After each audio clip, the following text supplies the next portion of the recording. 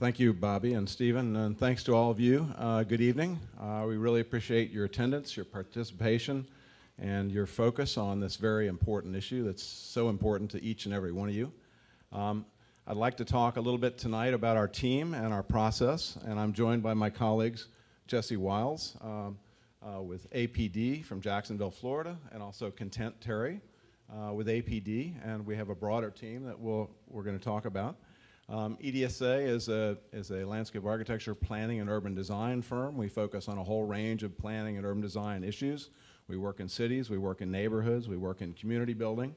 And tonight we're going to talk about some of our relevant experience in neighborhood planning, some recent experience, in fact, in Baton Rouge, not too far up the road. And we're going to talk about our overall approach to the process, which is very interactive. And it's very important, as has been stated earlier, that the public participation is a key aspect of our process. That is, we're developing plans that are really plans that are community-based, not consultant-based, and they focus on dealing with your issues, your needs and desires, and building consensus, so in fact that you all become the stewards for the plan as you move forward and the best salesman for the plan.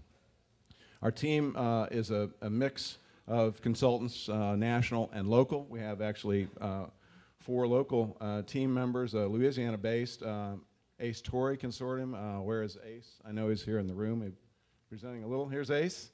Ian McNaughton and Jack, and we just heard from Ian, and Ian's over there. We've been camping out in Ian's office, and his son Jack is here. So we've got strong local representation. We're also teamed with GEC engineers who have offices in New Orleans and Baton Rouge. And Susan Turner Associates, and where is Susan tonight?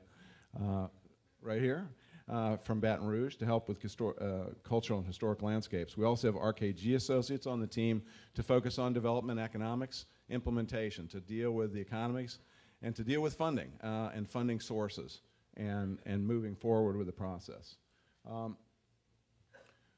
Our experience is very broad-based, and it goes from being as close to home as our experience in New Orleans, Ian's work and ACE's work, a range of projects local here, to work in cities like Atlanta, Savannah, Jacksonville, Decatur, Alabama, Wilmington, Delaware, and the gamut goes from master planning to implementation, from development to design.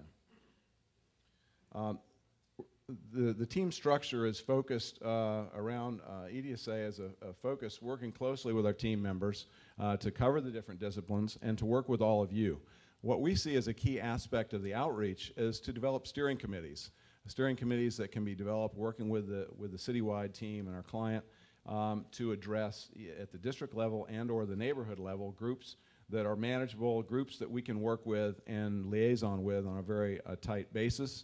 Those groups will, in fact, outreach directly to the neighborhood residents and stakeholders, and then we will also reach out to all of you in the public process through public meetings. So, again, we are set up to be district-wide and neighborhood-wide, and the focus is, for us, is really sort of understanding the broad issues at the district level, infrastructure, transportation, common issues, and then breaking those things down to the neighborhood issues so that each and one of you can have your input, and we can talk about priorities at a very small scale. So it's important that we address both. Now, Jesse's going to talk about our recent experience in Baton Rouge. We've been working in the Old South Baton Rouge neighborhood. Some of you may know it. It's the zone that basically goes from the downtown to all the way south to LSU. It's a large area, about 3 by 3 square miles, similar in scale to like a Lakeview neighborhood or maybe a Center City neighborhood. It's quite large. And Jesse's going to talk about the process. Well, thank you, Hank, and good evening, everyone. I think before I start, I really want to let you know how much we appreciate you coming out tonight because you had other things that you could do, and the fact that you're here and so many of you are here suggests to me that regardless of which one of our teams are doing what in which neighborhoods, that the residents who are going to be most affected by the plan, are really serious about wanting to bring back their neighborhoods. And I just want to say that because I think that's important to acknowledge. Hank mentioned the Old South Baton Rouge neighborhood because we think in a lot of respects that has some similarities to the neighborhoods here in New Orleans, and we think the process that we use to help them help us learn about their neighborhood and get important information on the table as application here. So I'm just going to kind of talk through a few slides real quickly, starting with this one here, because one of the things that we want to know about neighborhoods is things that are important to you, you know, like landmarks, like activity centers, like how do you define your neighborhood. So that's real important information for us to know, and we'll ask those questions as a way to get started. We also want to make sure that you understand how we're going to work with large groups. In that particular assignment, we had public meetings that had as many people in a room as you have here tonight. And we were able to manage that process in such a way where we got information from them that told us about their neighborhood. The other thing that I think we want you to know is that in terms of being able to kind of identify in a kind of a graphic way through maps, you know, things that are important. And now, this actually, this map was generated as a result of input that we got from residents who lived in the community. They told us where important, significant landmarks were, community centers, resources were in the neighborhoods, and we helped identify that and then help them understand how you link these important components of a neighborhood together so the neighborhood is more walkable, resources are more accessible, and people have an opportunity to kind of control what's happening in their communities as the plan is developed. When we first get started, we try to ask things that will help us understand where we're working and the kind of issues that are important to people. We like to ask, if you could fix one thing in your neighborhood, what would that be? And as you can imagine, if we were working with a group this size, that may be 50 different elements that you would want to bring to our attention. You know, but we also want to know what are neighborhood assets, because everybody can talk about the bad things in their neighborhood, but it takes people who live in their neighborhood to understand what the assets are. We want to make sure those assets are brought to the surface and identified as things to work on to make the plan come to life for you. This process up here, I couldn't read it if I was standing on top of it, so I know you can't read it from there, but let me tell you what it simply says. It says that we start with probably about 5 essential components that are always included in good neighborhood planning, like housing, code enforcement, historic resources, and then we take those issues that you have helped us identify and we begin to assign them to those categories. So as issues come up, you know that that issue relates to jobs in your community, or that issue relates to improving housing in your community. But these are things that you've helped us identify.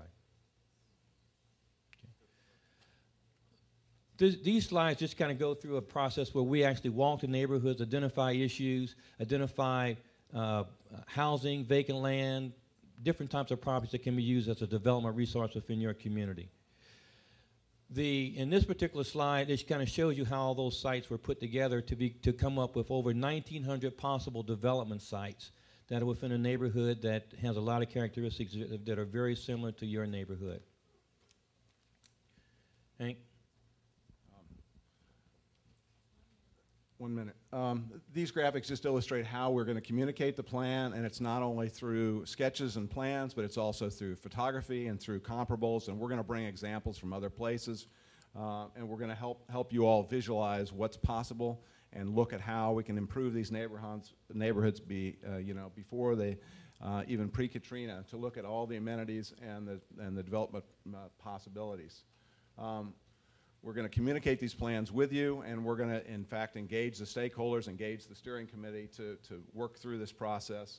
And so, again, they become the salesman for the plan. They understand the plan fully. We'll develop these matrices to understand what are the implementation goals and the final and the outcomes and the priorities for the process. Why select the EDSA team? Our focus is on process, and our commitment to you is that our focus will be on revitalization for the neighborhoods and building capacity within the neighborhoods. We're going to prioritize your improvements. We're going to work on schedules. We're going to work on funding. We know these are critical things to move forward. And lastly, we're going to focus on working to build the plans based on your input and responding to your issues and needs. So again, thank you very much for your time. Thank you. The next team, Frederick Schwartz Architects.